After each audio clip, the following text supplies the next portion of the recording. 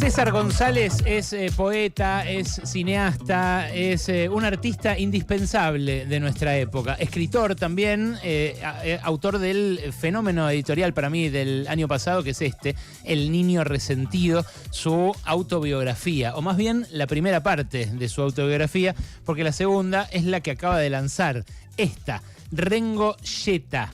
Es la que acaba de llegar a las librerías, es la que ustedes pueden ir a buscar y créanme, si son de los miles que leyeron El Niño Resentido, bueno, ya lo saben, si no, los dos valen la pena, pero 100.000%. La vida de César no ha sido fácil antes de ser cineasta, antes de ser el autor respetado, el escritor celebrado que es. Estuvo preso, y estuvo preso además como 5 años en la adolescencia, en los 90, en un momento en el que ahora, muchos ven un futuro posible o ven algo a reivindicar. Tiene la gentileza, nos hace el honor de acompañarnos un ratito. ¿Cómo estás, César? Bien, muchas gracias por la presentación, querido amigo. Una aclaración que en los 90 fue mi infancia y el encierro fue a partir del 2005 hasta el año 2010. Me parece importante contextualizar. Sí, claro. Sí, totalmente, es cierto. ¿Vos naciste en el? 89. En el 89. Bueno, lo que cubre El Niño Resentido es esa década, porque empieza con vos cayéndote en un pozo séptico. Sí, literal, en una cloaca. El Niño Cloaca fue un título que barajé en algún momento, pero toda la gente a los que se lo proponía me decían, no le puedes poner así a un libro. Pero fue una posibilidad que se llame El Niño Cloaca, El Niño Resentido. Sí, crecí al ritmo de esas políticas de los 90, esas políticas económicas, sin saber qué significaban. Mi infancia fue de muchas privaciones, de mucha ausencia y de mucha pobreza, lo que no quiere decir que haya sido una infancia infeliz. Yo eso creo que un poco lo marco en el libro. O sea, cirugiar, para nosotros sería cirugiar, no lo veíamos como un pesar porque era lo único que conocíamos y para mí era la aventura de salir al barrio, ¿no? Es decir, la reflexión vino posterior, cuando ese era mi mundo en esa infancia. La pobreza no es que la sufría. El hambre sí un poco se sufre, ¿no? Pero la pobreza era lo que conocíamos. Y este nuevo libro es una nueva forma de exorcizar parte de la experiencia que aún carga mi cuerpo. Hace unos días leí una frase de Merleau-Ponty, el psicoanalista francés, que dice: el herido de guerra siente aún en su brazo fantasma la herida de la metralla que lo laceró, ¿no? Es decir, aunque le amputaron el brazo, sigue sintiendo de por vida. Si escucha un cohete, piensa que está en la guerra. No sé si son comparables y si es una analogía justa la del veterano de guerra con el preso, pero son experiencias muy traumáticas, muy extremas. Las imágenes, las situaciones que viví en la cárcel, podrían ser tranquilamente la pesadilla de cualquiera, ¿no? Uno podría despertarse y decir, qué pesadilla que tuve. Y es lo que uno vive, y es lo que viví durante 5 años, por más que solamente estuve en instituto de menores, en Ezeiza y en Marcos Paz, pero no tuve tantos años en penales de adultos, solo 2, 3 en menores y 2 en adultos, pero bueno, fue un infierno suficiente como para reflexionar.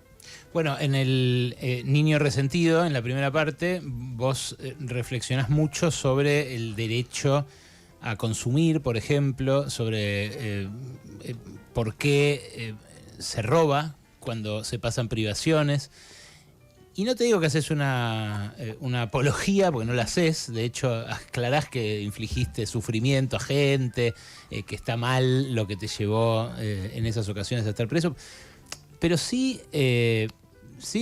haces una vindicación de un camino que es el de alguien que se busca la vida, ¿no? En ese contexto de tanta privación. Sí, la faceta hedonista del pueblo villero. Me interesaba desplegar en El Niño Resentido, cosa que no va a estar en Rengo Yeta porque al estar encerrado se corta la lujuria, se corta la aventura, se corta toda la sensualidad que hay en la vida de un pibe chorro en la calle, no sé, la trascendencia que uno logra en su propio barrio cuando es pibe chorro. En la cárcel obviamente No está, pero en El Niño Resentido me interesaba muchísimo aclarar que los pobres desean, que los villeros desean, y algo que pareciera, bueno, sí, es obvio, no es tan obvio para la sociedad. El villero no suele ser considerado un sujeto deseante. Es siempre un sujeto pasivo para las ciencias sociales, para el periodismo, para la misma gente de la villa. Uno se va como a falta de conciencia de cuando la ausencia de la conciencia de clase la ocupa la inconsciencia de clase. Entonces hay algo como inconsciente que uno vive sin saber lo que está viviendo, tanto la pobreza como cuando uno emprende el camino del delito.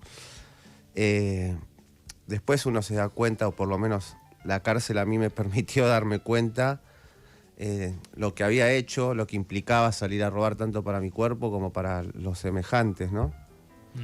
En fin, a ver, yo creo que El Niño Resentido, si tuvo tanto éxito, fue porque hay un sector de nuestra sociedad que no ha perdido la sensibilidad, que estos temas le interesan, no por morbo, por lo que fuera, pero le interesa conocer esa vida que siempre fue traída por filtros, filtros semióticos, por decirlo de alguna manera simbólico, porque hay mucha gente que aunque va a los barrios hace años, desconoce la subjetividad de esos pibes. Ve la superficie, nomás.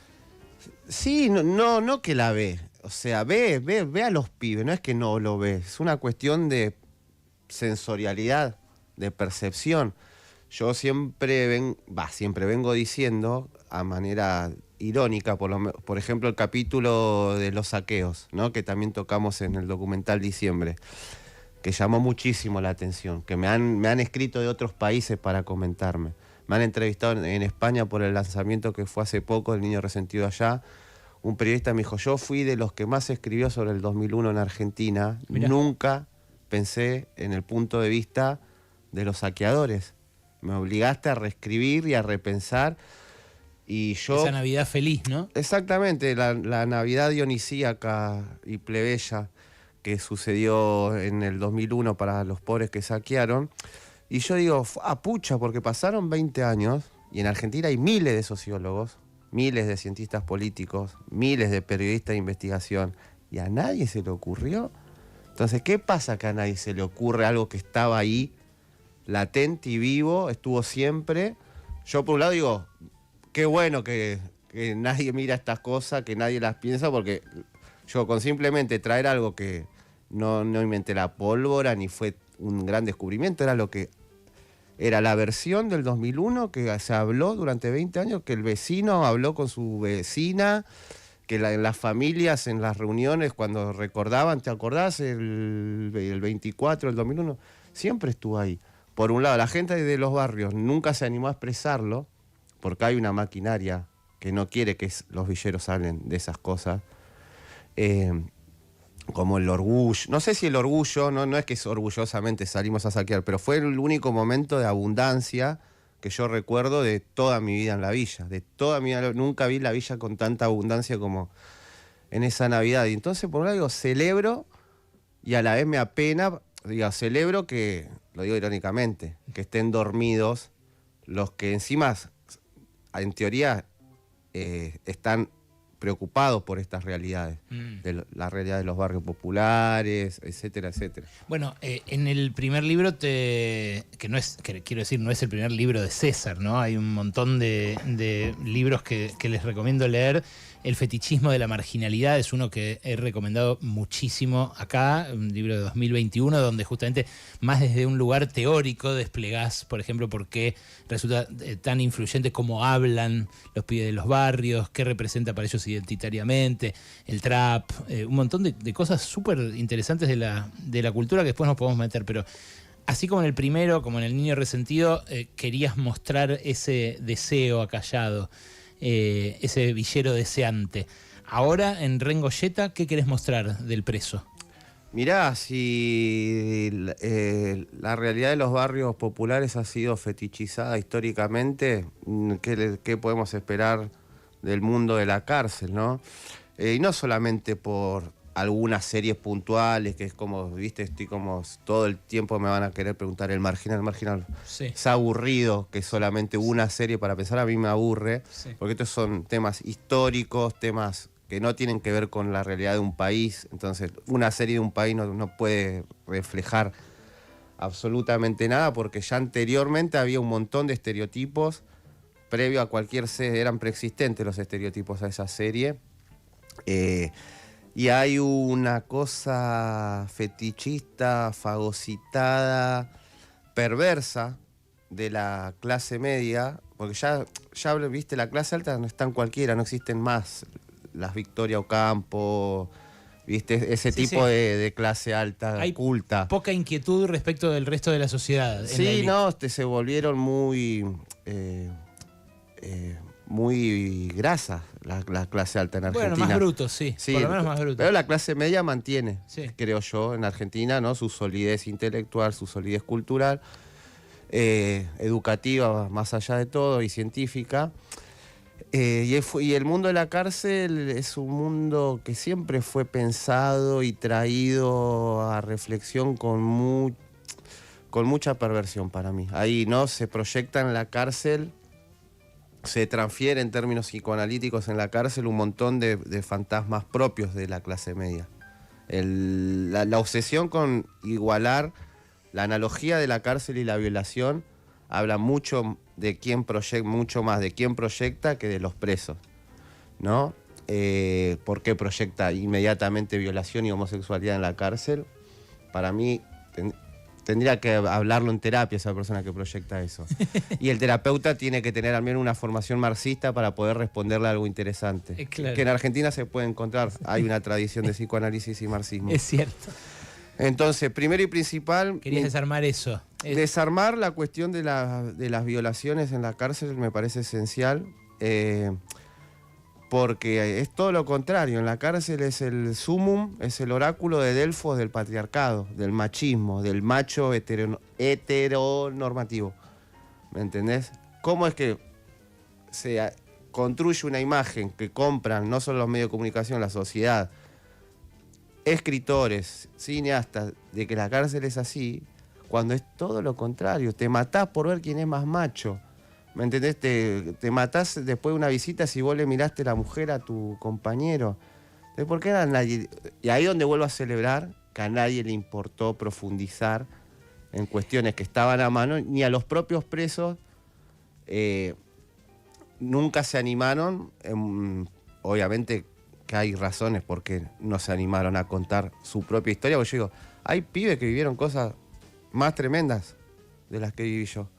Pues si después de todo lo que viste, sí, conozco a pibes que vivieron cosas más tremendas, y si se hubiesen animado a contar su historia, tendrían que ser 10 veces más famosos. César, ¿qué es lo peor del encierro? Y ato esto un poco a lo que decías al comienzo, esto que a vos te cuesta despojarte y que hacías esa analogía con lo que plantea Merleau-Ponty. ¿Qué es lo que vos decís es lo peor del encierro? Lo peor del encierro es el encierro mismo, obviamente, y después, para mí, es que te tengas que matar con tus semejantes, porque tus semejantes no son tus enemigos, es decir, con pibes que vivieron la misma vida que vos, que vienen del mismo vientre de miseria que vos. Eso es lo más terrorífico que vive ahí adentro. O sea, es mucha más la violencia que se ejerce entre internos que la del servicio penitenciario sobre los internos. Y ahí obviamente que hay muchas causas históricas. Y ojalá que como el niño resentido creo que sirvió para acercarse con un microscopio más que con una visión general al mundo villero. Espero que de a poco ayude a comprender la cárcel con más profundidad y complejidad y salirse de la brocha gorda y de la mayúscula como con las que se suele contar este mundo, ¿no? Interesante. El otro día me decías que la crueldad hacia los presos, la crueldad hacia los detenidos, incluso en una movilización y demás, es parte identitaria de la ultraderecha que se puso de moda en el mundo. ¿Por qué? Y para mí igual, con un compañero con el que hacemos el programa de radio los lunes que tengo en Radio Provincia, estamos venimos jugando como diciendo, cuando dejemos de nombrar la palabra crueldad vamos a poder avanzar un poquito, porque es desde un lugar muy victimista hablar de la crueldad. A ver. Ay, qué crueles, qué crueles, qué crueles. ¿Y cuándo pasás? ¿Viste? Salimos de este lugar de defensivo y de víctima y pasamos a ser victimarios contra la derecha. ¿Por qué somos siempre víctimas ahora de la ultraderecha global? Que primero yo no creo que sea global. No, estoy completamente en desacuerdo que esto es un fenómeno global. Si bien hay puntos en común, yo soy de los que piensan análisis concretos de la situación concreta, como decía un pelado ruso que fue bastante importante, que se llamaba Vladimir Lenin. No se puede extrapolar todo a todos lados. Decime en qué país del mundo hay un presidente similar a Milei. Todos van a decir inmediatamente Trump. Trump al lado de Milei es un estadista, no sé, lo es. No, o sea, pero objetivamente, ¿dónde hay uno tan estúpido, donde hay un gobierno que odie tanto a su pueblo y que sea tan poco demagógico y sea tan poco sutil? No hay. Ni Meloni en Italia es así, ni todos los que suelen poner en la misma bolsa. Víctor Orbán es otra cosa, no sé, Xi Jinping es otra cosa, el coreano es otra cosa. No podemos, no ayuda para mí decir, no, todo el mundo es de derecha, ahora todo el mundo es cruel. No lo es. En Brasil está Lula, estamos hablando de cuánto, de la octava economía del mundo. Brasil es importante, ¿o no? Sí. En Francia habían dicho que este año ganaba la ultraderecha las elecciones europeas, ganó el Frente Popular. Le pusieron Frente Popular encima para emular al de la década del... Exacto. Sí. Pero pará, lo que me decías es que esto que hace Bullrich en las cárceles hace parte de su programa, eso. Por ahí dije mal la palabra, pero... No. A ver, yo lo que citaba el otro día es que para mí Bullrich trae el modelo de seguridad estadounidense. Con la liberación de armas se nota, y con lo que está haciendo en las cárceles, cerrando talleres, queriendo cerrar los pabellones universitarios. Algunos los logró, con recursos de amparo se pudo retroceder. Viste que en este momento la revuelta está en el sistema judicial. Lo que no está logrando la gente en la calle ni el periodismo con su denuncia son los recursos de amparo del sistema judicial. Me parece... Los que toman, ¿no? Porque en la mayoría se hacen los boludos. Claro, exactamente, pero así con muy poco, es como uno de los poderes frenando a otro de los poderes, como un acontecimiento político para mí bastante interesante. Bueno, justamente todo ese dispositivo de educación en las cárceles es el que te permitió a vos... Yo estoy acá por eso. Claro. Si yo hubiese estado... A ver, yo estoy seguro que... Ponele, mirá si salía de la cárcel este año, un 2025.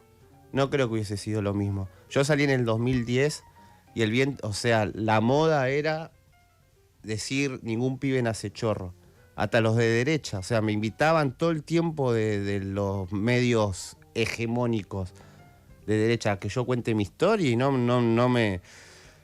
me maltrataban y me dejaban expresarme y pude siempre decir lo que pensaba y yo creo que sí, que los contextos determinan la vida de las personas, no solamente en la infancia, sino también en O sea, yo salí de la cárcel en el 2010, cuando era otra Argentina. Y yo, en esta Argentina no pasaría, decís, lo mismo.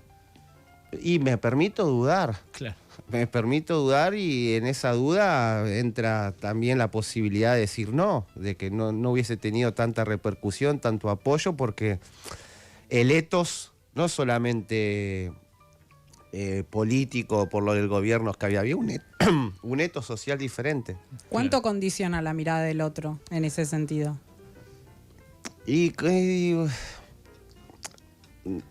Por eso mismo, en ese contexto, ese otro me miraba de otra manera a lo que me miraría hoy. ¿Me entendés? Hoy la sociedad está completamente más corrida a la derecha y con el tema de la inseguridad. Imagínate que sale ahora un pibe que fue secuestrador, que se tiroteó con la policía, por más que diga que es poeta y todo. Quiero creer que igual me hubiesen dado algunos que otros una oportunidad de expresarme, pero no sé si con tanta envergadura como tú en el 2010. Claro. Bueno, ojalá que sirva para eso, César. Y que pude estudiar en la cárcel. Claro, Yo terminé mis estudios secundarios y empecé el CBC a distancia de la carrera de filosofía, estando preso en Marcos Paz. Y había un montón de gente que podía ir a las cárceles a enseñar, y así yo empecé a leer mis primeros libros. Los primeros libros de poesía que leí fue gracias a un taller de poesía que había en uno de los institutos. Claro. Eso es lo que están desmantelando ahora aceleradamente. Exactamente. Y eso es lo que decís vos, forma parte del programa, del corazón del programa. Sí, a mí lo que me preocupa es la gente, porque realmente los primeros que sufren la inseguridad son los pobres. O sea, es pueblo contra pueblo la inseguridad. Claro. El que vive en un country, ¿qué inseguridad va a tener? Total. Yo lo que pienso es, si el pibe que sale, o mientras está preso, no va a tener la cabeza ocupada ni en estudiar, ni en hacer un oficio, ni en nada, ¿qué hace cuando sale? ¿Me entendés? No es mejor en todo caso que blanqueen la pena de muerte. Yo preferiría, si no me van a dar ninguna oportunidad y tengo que salir y volver a la vida que de antes, y salgo y encima capaz cometo de vuelta otro daño a terceros, ¿para qué me van a dejar vivo? ¿No? Por más que suene fuerte, para mí es como una pena capital encubierta, indirecta, implícita la que plantea este gobierno. Bueno, yo me voy a sumergir en él este fin de semana. Vamos. Así que ya les contaré, pero ustedes búsquenlo, ya saben, lo pueden encontrar en su librería. Rengoyeta acaba de editar Reservoir Books para Penguin. César González es un tipo realmente muy, muy agradable de leer, además. El primero tiene un ritmo atrapante, te lo lees en 2 sentadas. Todavía no le entré, pero ya se los recomiendo sin haberle entrado. Gracias, César, por venir. Gracias, Ale, como siempre, Gaby, gracias. Alejandro Berkovich, Gabriela Vulcano, Alejandro.